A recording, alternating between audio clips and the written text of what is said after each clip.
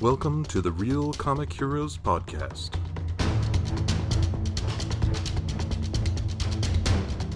Your adventure into the world of comic book movies starts here. Greetings, citizens, and welcome to another adventure of the Real Comic Heroes Podcast. I'm Travis. And I'm Patrick. I'm going to do some... Ready for some characters. Yeah, do some characters off after the... so much fun we had with barbed wire on our last episode, but we need to take some time. Palette cleanser. Yeah. Because we're jumping into another meh movie, as far as I remember. Right. Let's forget about movies and just talk about the wacky characters of comic books. Can't wait to hear about Green Lantern's fifth alter ego or version. I feel like we've done at least 2 or 3 of those. Yeah, 2, I think, maybe 3. 2? For sure, Jon Stewart and maybe Hal Jordan, probably. Yeah, those are the 2 I could think of. Well, anywho. Yeah.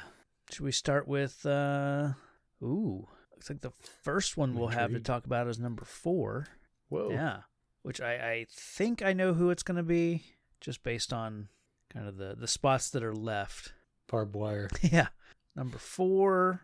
Yep. Wolverine. Ah, snickety snick. That's right. You know, weirdly enough, I think it was Jay that introduced me to Wolverine. Oh, really? From Jay and Silent Bob. When he's talking about it in Mallrats? Yeah, I'm assuming it's Mallrats. That's the one I remember comic books being the most prevalent. Because I think Clerks was more like Star Wars, wasn't it? Yeah, as far as references and yeah. Yeah.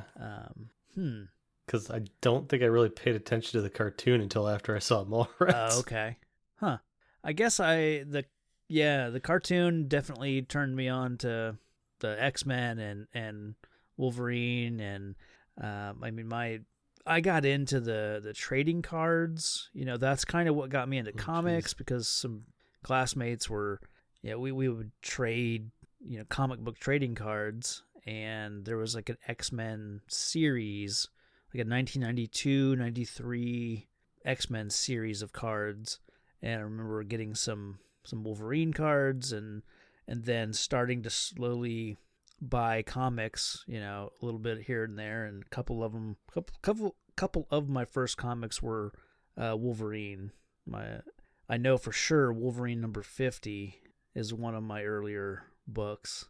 It's a cool, it's got looks like a dossier kind of thing, but it's got 3 die-cut slash marks on the front cover, so you can see like the page underneath, and it's got like snippets of his past, that have been created or manufactured because it's kind of in that era where he doesn't know his past, and some of it's they're false memories that have been implanted and stuff like that. So yeah, because I'm trying to think, Mallrats was what, like 94, 95? 95, because Clerks was 94. I don't think it was 96. It was 95 or 96, because I know Chasing Amy is 97. Because when was the X-Men TV show? It was around that same time. Yeah, it was like 90. Close. I want to say 92, but that... Yeah, 92 is what I just saw. Okay, yeah. Yeah, because it was on like at the same time as the Batman, the animated. Okay. And it went from like 92 to 97, I think. And Marvel just did, or I guess Disney just had like a Disney Plus day where they announced, upcoming series and movies and things like that. And they're, I guess, bringing back the animated X-Men series, and it's gonna be a continuation of where they left things in 97, but they'll probably add some new storylines, They better re-air those, because... Well, it's all on Disney Plus, so... Oh, is it? Yeah. Okay. I have Disney Plus, I don't even know, jeez. Oh, yeah. Yeah, I don't know, X-Men I was into baseball and baseball cards, so I probably saw it, because our baseball card shop was also like a comic place, but I never really paid attention to it. Sure. I think my younger brother knew about Wolverine before I did, because I remember him getting an action figure. Oh, okay. And I was like, okay, cool. I thought it was like a it reminded me of He-Man. Oh, okay. Like, I was like, what is his name? Like Knife Fingers or something? or it was that or Freddy Krueger kind of reminiscence. Yeah, Wolverine, I grew to appreciate later on. Yeah. I didn't really like him until the Logan movie. Okay. Huh. I kind of just thought he was an a-hole. Yeah. And a grumpy old man. Like, yeah. Even though he's like quasi, not immortal. I don't know what he is. Yeah, he has a longevity extended. Right. His healing factor slows down his aging because his cells are constantly, perfecting themselves. So, I guess that should be.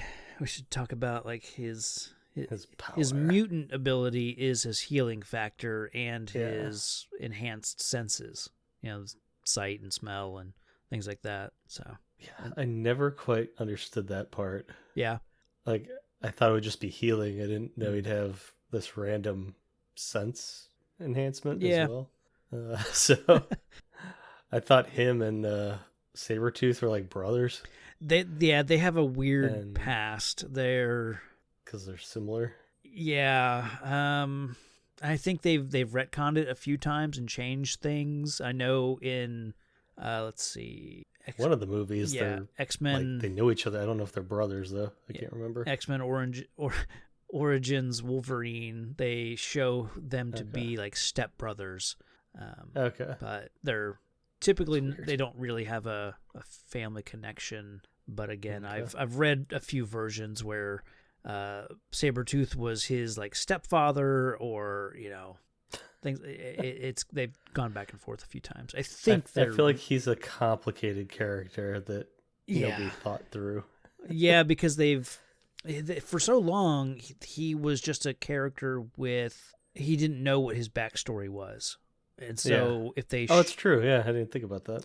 So if they showed like memories or repressed memories or something from his past, or they'll bring in a villain from his past that he doesn't remember, like they keep, for the longest time they just kept layering on the mystery, and then finally it's kind of like the Wolverine's past and the Joker's identity and things like that. Like, you don't necessarily need an answer for, some things can be unexplained and it's okay. But I think with Wolverine, like they've now, they've fully shined a light on his past. They did a series in Revolutionary War, or was that Civil War? More Civil War era. Was it Civil War? Okay. Yeah, in I think 2003 maybe. There's a Paul Jenkins Wolverine Origins storyline that they borrow a little bit in that X-Men Origins movie. The stuff where like he lives in 1800s Canada in a nice fancy house, and but yeah, you read this story, and one of the characters they call him Dog, and he's just kind of this feral child, and it goes on for a little bit, and you think that that's going to be Wolverine, but then it turns out it's this like fancy lad who's the son of the rich man who owns the estate, and then there's this groundskeeper who looks exactly like Wolverine, like what you'd think of as Wolverine. Weird. So you think, is he really his father? And they kind of do that in that movie a little bit, where it's like they play with who's actually his real father or whatever. But it's that series, that Origins story. It's okay, but it was kind of here it is. They made it his official like backstory. Yeah, I guess I would, maybe it has to do with the memory wiping, but he doesn't seem to have things together as much as you would think somebody that's had that long a lifespan would. Oh, sure. Yeah. Like, vampires always seem to come off intelligent because they know how to read things and have experienced all this. Yeah. But I don't get any of that from him. He's more like animal instinct, I think. Well, that's kind of like that is part of his mutant, thing, is he is a little bit more savage than, your typical person. Like he is a little bit more animalistic just by nature. Okay, so he is literally that leaning that way, more primitive. I mean, instincts and yeah. Okay, gotcha. Yeah, I don't know. I never connected with him. Yeah, really. I like he's kind of comical, like the Hugh Jackman version. Sure. I don't know. I just like that part with the middle claw flipping off Cyclops. But he seems more like a child than a couple 100-year-old, potentially year-old person. Yeah. I like Wolverine. I don't have. That's about as far as I'll go. I like Wolverine.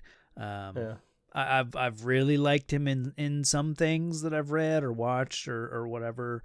I really like Logan. I like most of the X-Men movies, and he is one of the standout features in those movies. I do wish that he hadn't become the center of those movies. I think they and he was.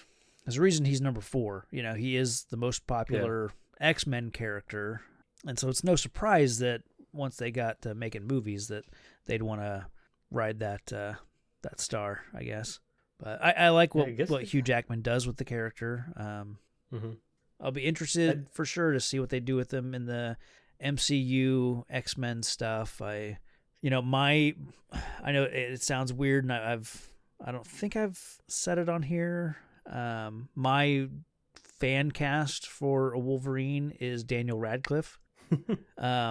If you've seen that dude, if you just Google search Wolverine Daniel Radcliffe, you'll find a picture of him, probably shirtless and just absolutely ripped.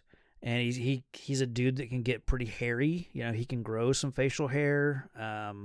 After seeing like Guns Akimbo, like I believe that dude can go kind of savage and get that berserker rage kind of thing. I think he's my like number 1 choice. But and he's smaller. Exactly. Yeah. As well. He's not a big 6'2" guy like Hugh Jackman. So, and typically Wolverine is thick dude, but what's that? He's not really like stocky. Yeah. But I mean, I guess adding muscle would help with that. Mm-hmm. But yeah, that's a good idea. I like that. I mean, they'll probably go with someone completely different, leaning more towards the Hugh Jackman type, but I'm sure they'll go younger just so they can, get more mileage out of the actor. But I always felt like he was perpetually 40 something. Yeah, I think that's a good, 30 to 40. Because the character needs to look like he's had a lot of miles on him, regardless of the fact that he's practically immortal. Which is weird. Yeah. Well, it's weird that, and he's like, heals all the time. Yeah. So, but somehow still looks like he's been on like a 20-year bender. Like, I don't know. Yeah. I guess it depends. It depends on who's. I never really got into the X-Men in general, so I think that's part of it. Yeah. But I could see why he'd be number 4. I mean, oh yeah, I know he's like iconic as far as comic book goes. Right. I mean, he's usually the poster boy. For sure. Yeah. He first appeared in The Incredible Hulk number 180 in October of 1974, and it was I think he was created by Len Wein, who co-created Swamp Thing, and he was a big X-Men guy at the time. But he was like the Canadian government, hired him to go after the I forget how it ended up him being sent after the Hulk. I know the Wendigo is involved in that story as well, and the Wendigo is like the Canadian Sasquatch kind of thing. Oh, okay. Isn't the Wendigo some kind of a Native American? Yeah, piece? it's like if it's like a Native American or maybe Native First Nations, like Canadian.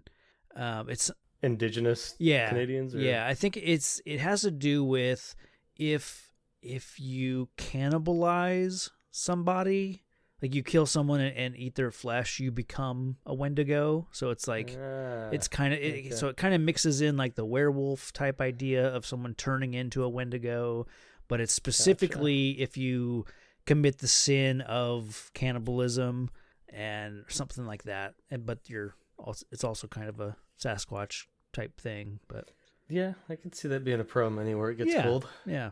Try to discourage that. Mm-hmm. Yeah.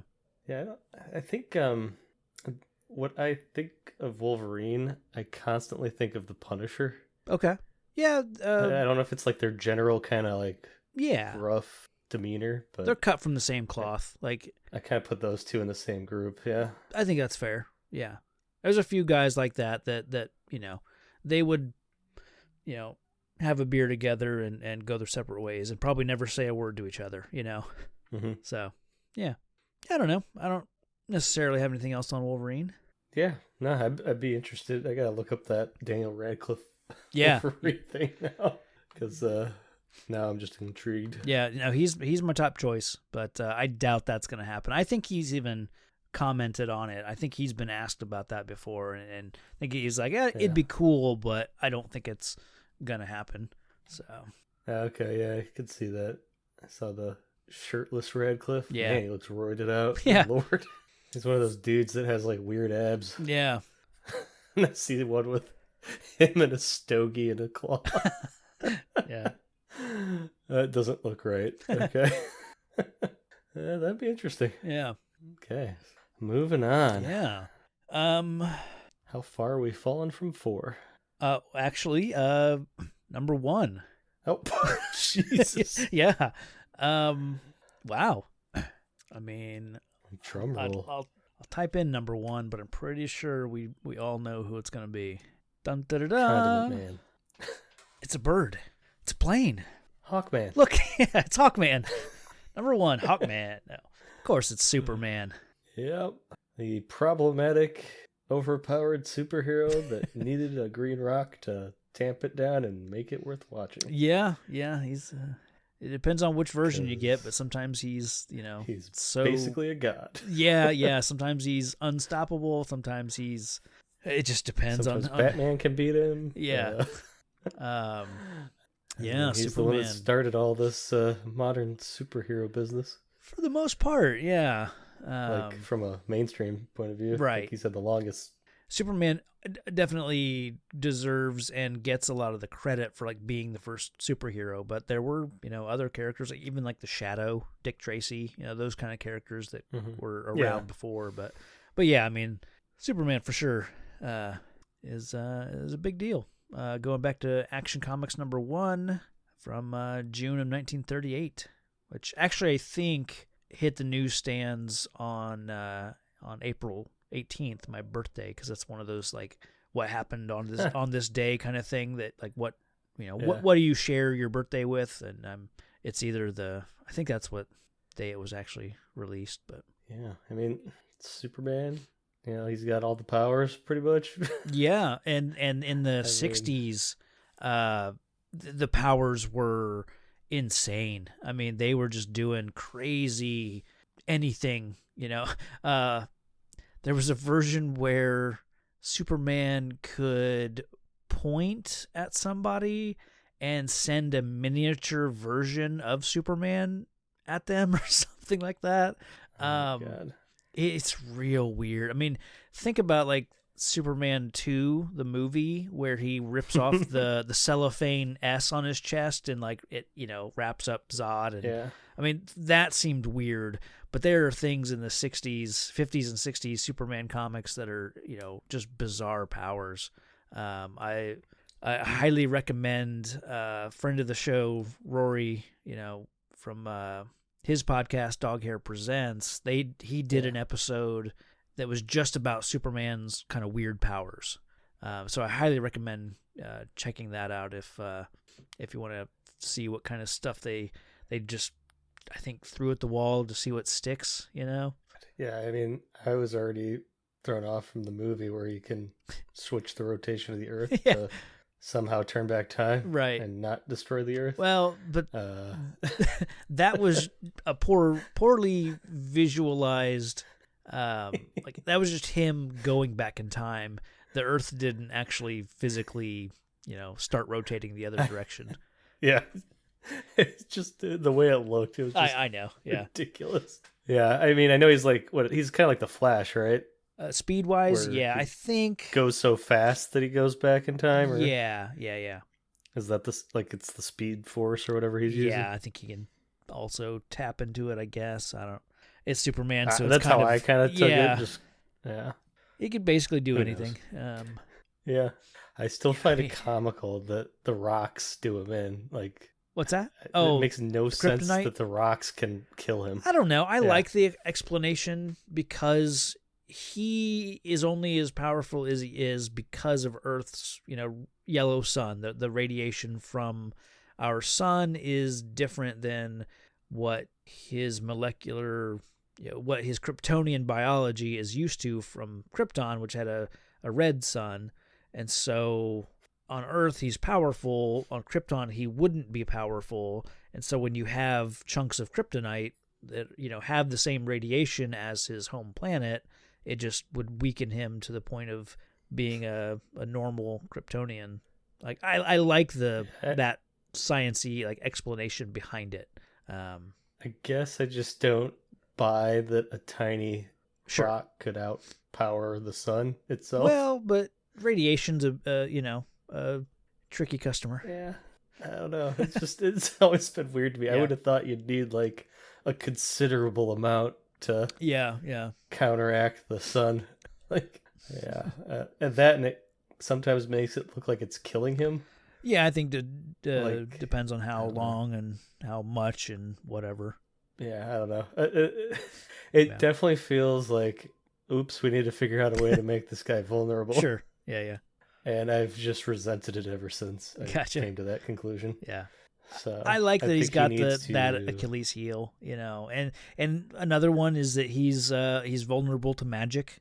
Like he doesn't have he can be harmed. He can like someone like Zatanna or she could put a spell on him or stuff like that. So I gotta see it. Yeah. David Copperfield versus Superman. Even card tricks. Yeah. Some close-up magic just completely brings him to his knees. Yeah, and that's what I mean. Like, I think I knew about, the magic weakness, so I figured, how about we go that route and forget about the rocks? I don't know. There seems to be an endless supply of them conveniently found. Well, I mean, a planet exploded, so there's lots of little fragments. Yeah, but how far away? Yeah, but I mean, his rocket made it here. Yeah, a rocket.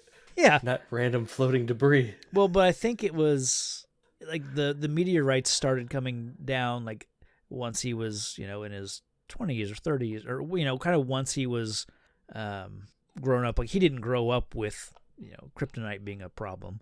So yeah, I guess it depends on what version, but I like the Smallville that sucked him through. Yeah, I like the Smallville, the kind of way they did it, and they incorporated kryptonite, and it was the day, because that all happened when he happened. Yeah, right? Yeah. The day he showed up, there was also a meteor shower, and it destroyed a lot of Smallville, and he then carries that guilt and all that, so it adds a nice bit of drama, and then of course the kryptonite itself. For a couple seasons there, they used that as that radiation, gave you creatures of the week kind of villains. So yeah, that was cool. Yeah, I like that show.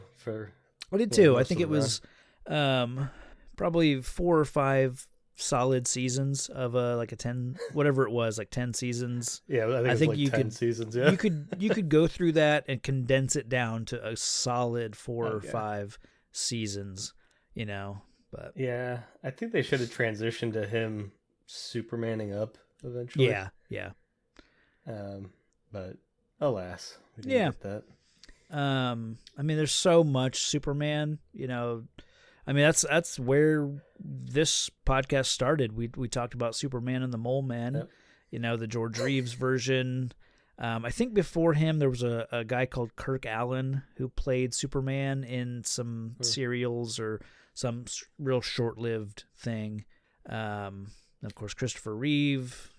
Yeah, I mean, that was the first legit superhero movie that had mainstream success.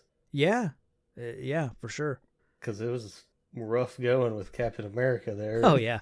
Yeah, those are early Marvel, straight to TV movies, and those were rough. Because what? I mean, the original Superman was 79 or 80? 77. 77? Was it that? No. Okay.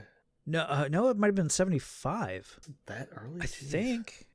Consult her. I gotta look at our list of double check. 70. I thought it was closer to 80. Oh, wait a minute. 78. Superman, 78. Okay. And then Superman 2 is 81. That's it. Okay. Okay. Yeah. Because we didn't get another good superhero movie until 89 with Batman? Really? Are you forgetting Swamp Thing? And yeah, no, I'm not. Between Superman 2, I mean, there was Superman 3. Can't forget that one. And Supergirl. Yeah, that was like 84, I think. And then yeah, it's really that. And yeah, you got the Toxic Avenger. You got you're Howard the Duck. Yeah. But and then the Quest for Peace. Superman 4. 87. I will say, like, one of my favorite versions of Superman is or movies is Man of Steel. I really love that movie. I know there's the Zack Snyder stuff. I know gets a lot of people either love it or hate it. I don't love every part of Batman v Superman or the Justice League stuff, but I really like that Man of Steel movie. Okay, Brandon Roth was the Superman Returns one? Yes, 2006. And then there was Man of Steel. Right, in 2013, I think. Okay. I kind of like Brandon Roth as He's Superman. Great, yeah. He played a good Clark Kent. Right. And a very wholesome Superman. Yeah. I haven't seen that movie in a long time. I remember watching it, and because I think we went to that one in the midnight screening or whatever, and I really got swept up in the nostalgia that they were going for, because they were definitely leaning on it's essentially Superman 3, because they kind of do away with Superman 3 and 4, and this one is just like a direct continuation to Superman 2. It's just so many years later. Yeah. But what they were doing with it, and using the music and, styling things after the Richard Donner, Christopher Reeve stuff. I remember initially just really being into it, but then on rewatch, it's got one or two really good action scenes, and the rest of it's just some of it's just a real slog, just getting through. Throw a punch at something, or there's really no Well, he's fighting Lex Luthor, so yeah. I mean, he doesn't really do that with him. No, but usually Lex Luthor will have he'll have some muscle, he'll employ Metallo. I'd love to see Metallo in a Superman movie as the big threat. I mean, absolutely. I meant in the other Superman movies with. Oh, sure. There was even those he ran through, and that was about it. That's why I like Superman 4 quite a bit more than some of the other middle ones, because they actually have somebody to fight, Yeah. But yeah, my ideal Superman, a Man of Steel sequel or whatever they do when they eventually make another Superman movie, is I don't want to see Zod really ever again. I don't care about that character. He's fine. I like him in the way they used him in Man of Steel. I'd rather it be somebody else, Brainiac or Metallo. Those are my top two Superman, villains that I want to see. Aren't they going Apocalypse now? Yeah, I guess. Not the movie, but the character. Sorry. Yeah. I realize they said Apocalypse now. Darkseid. Yeah. Oh, that's right. I don't know why I confuse those two all the time. Yeah. Well, because there's an X-Men character called Apocalypse, and they kind of they're all similar, they're all big gray monsters. So okay, so I'm not totally off base. No, you're. Yeah, I think that's the problem with Superman. He's just too big for the Earth. If he's truly gonna save it, he needs to not be on it.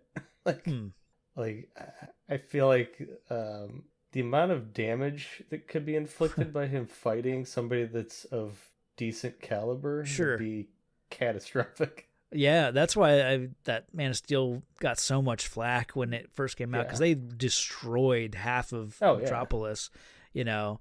Because I can't imagine being him. Like, everything could be destroyed if you sneezed. Like, yeah. And holding things, I don't know how you'd... Right. It'd be like we're like constantly living in a world of fine china. Yeah. And sugar glass. Like, it seems like it would be miserable. And oh man, yeah. Absolutely. I fear for Lois's life constantly. But they're engaged. Doesn't matter. It can't happen. Why not? It's bound to come up. It's impossible. Lois could never have Superman's baby. Do you think her fallopian tubes could handle his sperm? I guarantee he blows a load like a shotgun right through her back. What about her womb? Do you think it's strong enough to carry his child? Sure, why not? He's an alien, for Christ's sake. His Kryptonian biological makeup is enhanced by Earth's yellow sun. If Lois gets a tan, the kid could kick right through her stomach. Only someone like Wonder Woman has a strong enough uterus to carry his kid. The only way he could bang regular chicks is with a kryptonite condom. That would kill him. Yeah, I mean, he's #1 for a reason. Yeah, absolutely. He's not my favorite character, but I definitely can have no problem with him being #1. I mean, it's Superman, I like Superman a lot, but it's interesting looking back on the big superheroes and especially Superman with, like the American way and this, that, and the other. Right. And also him being around through like segregation and everything. Like, it's just complicated. Yeah. And I mean, don't there's know other how much heroes those in that same boat. But... yeah, I'd be interested to see how those early comics like dealt with just stuff like that. I think in the like Marvel comics in the 60s, I've been reading a lot of those, and I think they're like, even from a leadership standpoint, they skewed more liberal and more, even like Stan Lee would write notes in the backs of the issues and say like, hey, racism is terrible and we need to work towards, not being this way. And so I think I know that they put messages and things like that in their comics. I don't know if DC ever did anything like that or had, Superman like big on that just because the X-Men. Yeah. And, yeah. Reference the difference in people. Right. And discrimination. But Superman, I never really got a vibe that he broached the subject. I don't know. Yeah, I don't know that DC ever did, but like if you think of Superman, he's the ultimate immigrant, He was created by two Jewish, kids from Cleveland. I mean, they were like 19 years old. I think they were first Jerry Siegel and Joe Shuster. Like their parents were, I think, from the old country, but they were like first generation, I guess, Americans. Yeah. But I mean, the Superman, even the origin is very Moses, very basket, floating down the reeds to civilization because, they were trying to save their only son, that kind of thing. There's some obvious like Jesus allegories there too, but. Oh yeah, I've seen it in the movies where he's doing the Jesus pose. Yeah. But yeah, I just find it. I know that haven't they done a version where he crashed in like communist Russia instead? Yeah. Superman I'd Red also Sun. like to see a version where he's like maybe African or something. Well, so they do that. There's a version called Calvin Ellis, so it's still like Kal-El. But he's Calvin. It's like an Elseworlds story, and so he's not. I haven't read it, but I've heard of it. I've heard about it. He becomes president and is Superman, so he's like the Superman, superhero president. I think there's another. Might be another version. It would just be interesting to see if he was black or just not a white guy. Yeah, I crashing in America, superpowered, and how that would be handled. I want to say that's part of that Calvin Ellis. Is it okay? Story? I think I've heard people talk about it, but I haven't. Like I said, I haven't read it, so I Yeah. It's just fun thinking of alternate universes, I think. I want to say that I know a year or two ago they announced that Michael B. Jordan was going to play Superman in something, and it was going to be kind of in Elseworlds. Like, he wasn't going to be playing Clark Kent, Superman, but he was going to be playing a Superman. Okay. Yeah. I think that's why I like that Disney What If series. Yeah. It's just kind of fun. Like, just, hey, what if? Just interesting when a character's been around that long. Sure. Yeah. In the 90s, they decided, they killed him. That was a big deal in 92, 91 maybe. The death of Superman. And I remember that I was in elementary school, and they did I think once a week you'd get a film strip, or they'd play something just kind of news bits for the week almost. And one of the topics was Superman died this week. It's it made our school news program that we watched once a week. And so I always remember that. I got the book. Okay. It was all color, had the Superman tattered cape on a stick in the rubble. It's a pretty good story. I've read it in the last 3 years maybe, and liked it. Yeah. It's one of the few comic books I've read. Yeah. So I like it. Me. Yeah. I hope they do another TV series with him. I know there's that what is it? Lois Krypton? and Clark, there's the Superman and Lois going on right now. Oh, is there? Yeah, I think it's a CW / HBO Max show. Gotcha. The guy, I watched the first episode. Yeah. And I really like the guy. I like Lois, but it's they are raising two sons, Jonathan and Connor. Jonathan and Jordan. Okay. And one of them has powers, Oh, that's not fun. Yeah. And it's not the one you think. It's not the jock. It's the emo kid. So. Oh, that's all we need, a emo superpower that has no emotional check. Right. Yeah. Well, I haven't watched any of the rest of this. Okay, series, I didn't realize that's what that was about. Yeah, that's weird. Yeah. But the guy playing Superman he's really good. He's fun to watch. It's not the guy from Supergirl? It is. Oh, okay. Yeah. I liked him. Tyler Hoechlin, something like that. Okay. I don't know. No, I'll have to check that out. I didn't know that. Yeah. I remember hearing about it. I just didn't realize it came out already. Yeah. Past year's been just weird. Or 2 years now. Oh, yeah. Okay. Yeah. I'm always interested into seeing how people can take another spin on it. Yeah, and I've been so checked out of what DC has been doing since Rebirth, since what was that? 16, 17. So I don't know what they're doing these days in DC with Superman. I don't know. I think in that they've given him a son, so I don't know. But should we move on? Yeah. Number 79. Ooh. And who we got? Okay, Captain Britain. So is that Peggy Carter? Nope. Okay. So Captain Britain is part of the...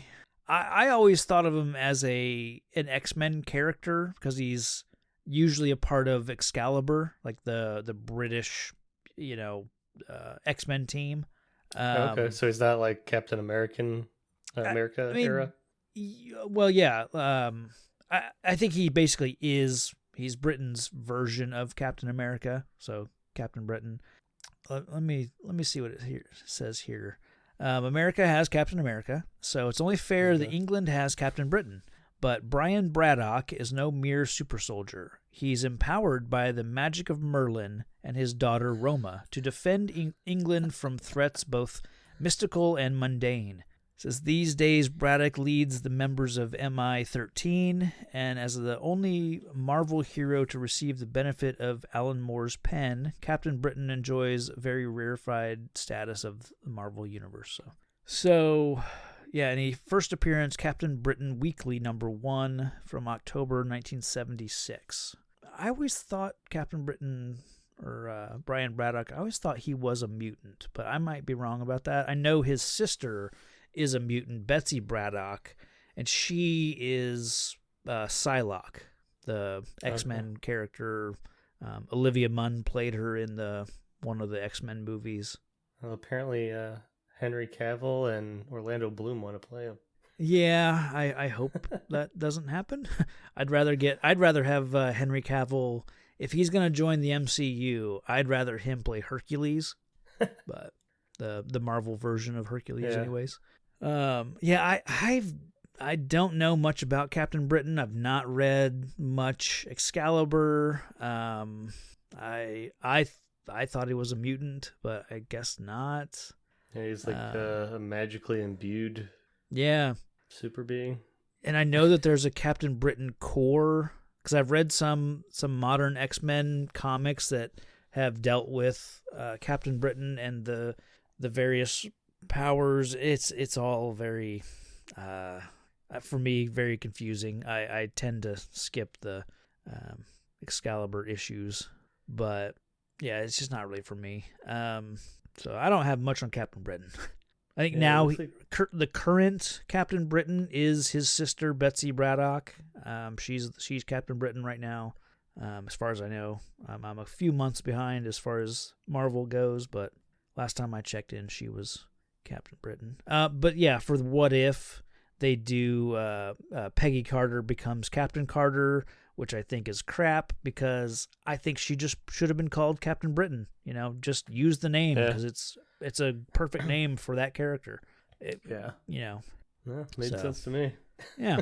It really just made me think of, I recently watched Black Widow. Okay. And it made me think of the Soviet Captain America. Yeah, the Guardian, Crimson, Red Guardian. Or Red, whatever it is. So now I have that picture in my head of like a disgruntled former superhero that thinks he's a bigger deal than he really is. Right. Does Captain America talk about me? Perfect casting for that. He's just, for that version of the character. I don't know what the real character's like, but kind of a washed up kind of. Yeah. Okay, Captain Britain. Yeah, there you go. Save the Queen and all that. For all you Captain Britain fans. Do one more? Yep, let's do it. All right. We've got number 24. Okay. This will be a quick one. Yorick, Yorick Brown. Tell me he's got a superhero name. Yeah, Yorick.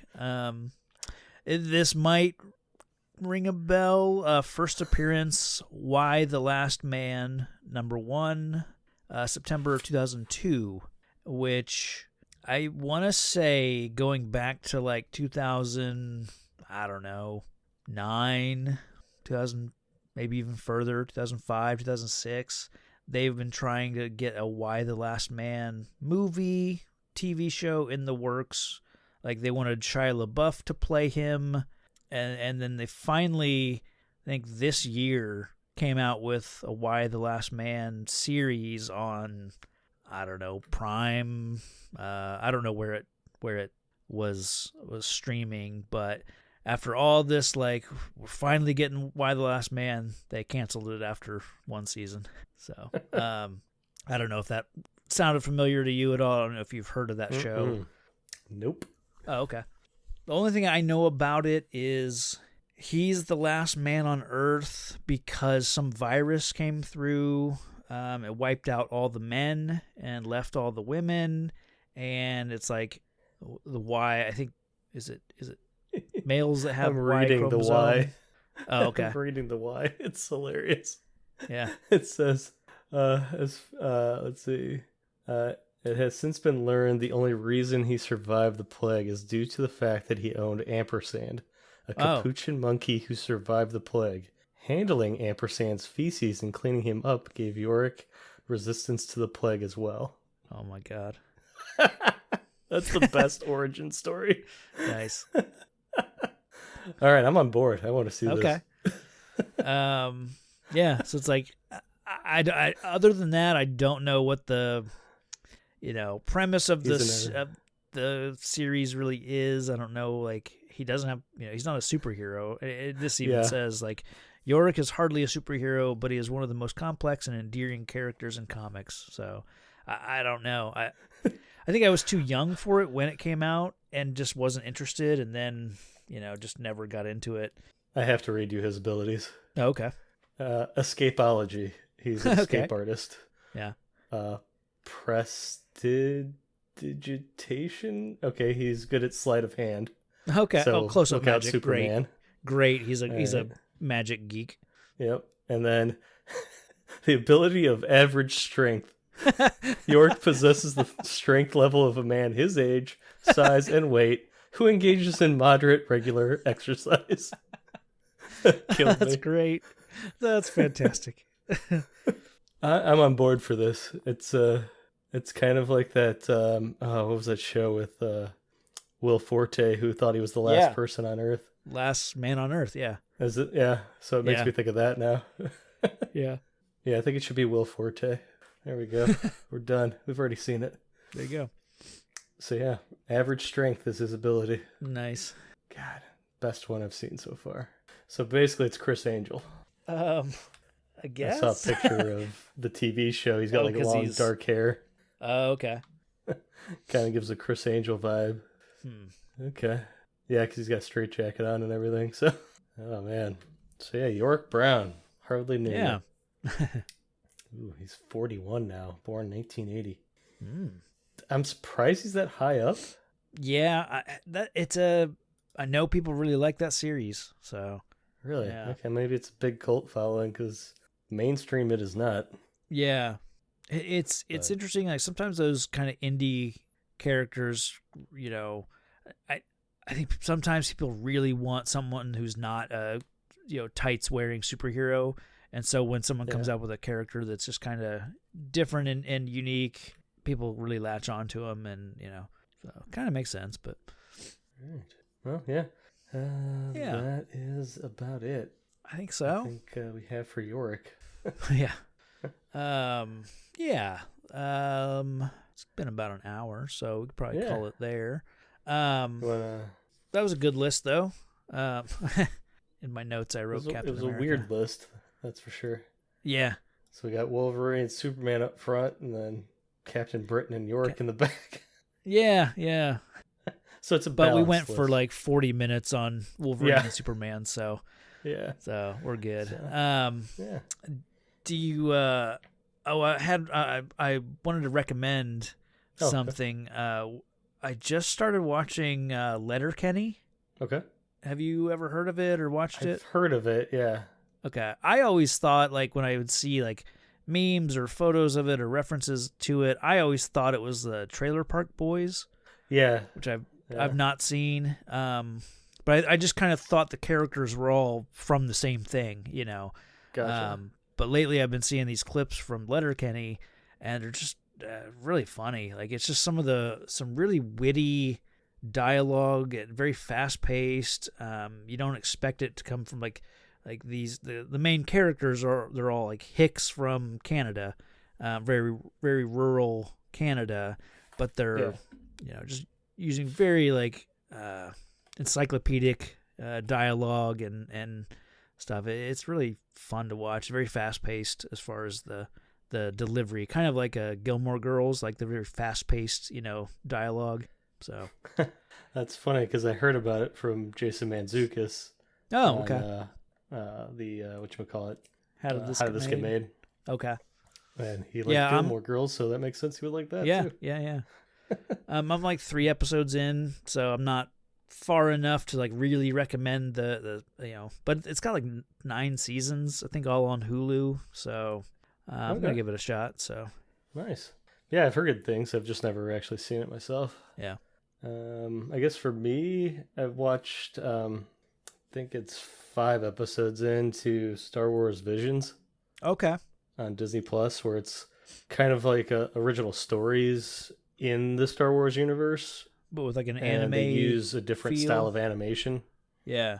So it's a bunch of short, like 15-minute episodes. But it's kind of cool because like there's like this Ronin style, like feudal Japan era, right? But they have lightsabers instead of like katanas. Yeah, that's very cool. I haven't watched it, but yeah, that's cool. Yeah, it's just interesting to see Star Wars through a different lens. Sure. And not be the Skywalkers. Right. So. Oh, cool. But yeah. We watched Red Notice on Netflix. Oh, how is it? It's fun. Yeah. Yeah. It's okay. Yeah. That's with The Rock and Ryan Reynolds and yeah. What's her face? Wonder Woman. Yeah. Okay. Gal Gadot. There we go. Gal Gadot. I didn't know really what it was about. I just kind of knew, that it featured those people. So I was pretty much went in just with that. So it's kind of a National Treasury Indiana Jones kind of thing. Like they're going after lost treasure kind of thing. So that was it looked fun. I saw the trailer. Yeah, I'd say it's fun. Amazing that that's a Netflix movie. Yeah. Like the sheer star power in that is. I know. Yeah. Ridiculous. I cannot imagine how much that cost. I mean, you got 3 people at the peak of their value right up front, so that's crazy. But hey, if you want a an off the tracks recommendation, okay, it's a little belated. It was for Halloween, but Hubie Halloween. Oh, I don't think so. Adam Sandler. Nope. Magnificent. I think we watched a trailer for it like last year, or whichever year it came out, like maybe last year or year before. I can't do it now. Oh yeah, it's crap, but I fall into that demographic of somehow Sandler makes money. Yeah. And it's because I like stupid, and he can hit it. He knows what he's doing. But yeah, I'd say if you didn't like Waterboy, steer clear because he does do a annoying voice. Yeah, I think that's what turned me off in the trailer. Yeah, but I still had fun with it. Yeah, I told you it's off the tracks. yeah, right on. All right, so yeah, next time we got Mission Impossible. Yeah, we'll be back with that soon. Oh god, you know what? I think I was just dreading Phantom. Oh. And totally forgot we got Mission Impossible next. Oh, that's right. Yeah, earlier you said the next one is kind of meh. I was like, oh, wow, I thought you liked Mission Impossible. No, I completely forgot Mission Impossible was next. I was so bummed out about Phantom that... Well, nice little surprise for you. Yeah. Yay. All right. Yeah, we'll get to see some dated technology and see how they could do what they could do without a smartphone. So yeah, that's true. Fun. All right. Well, all right. I guess until next time, stay safe out there, citizens. Thanks for listening to the podcast. Find the show on Facebook and Twitter at Real Comic Heroes. All music and audio are the property of their respective creators.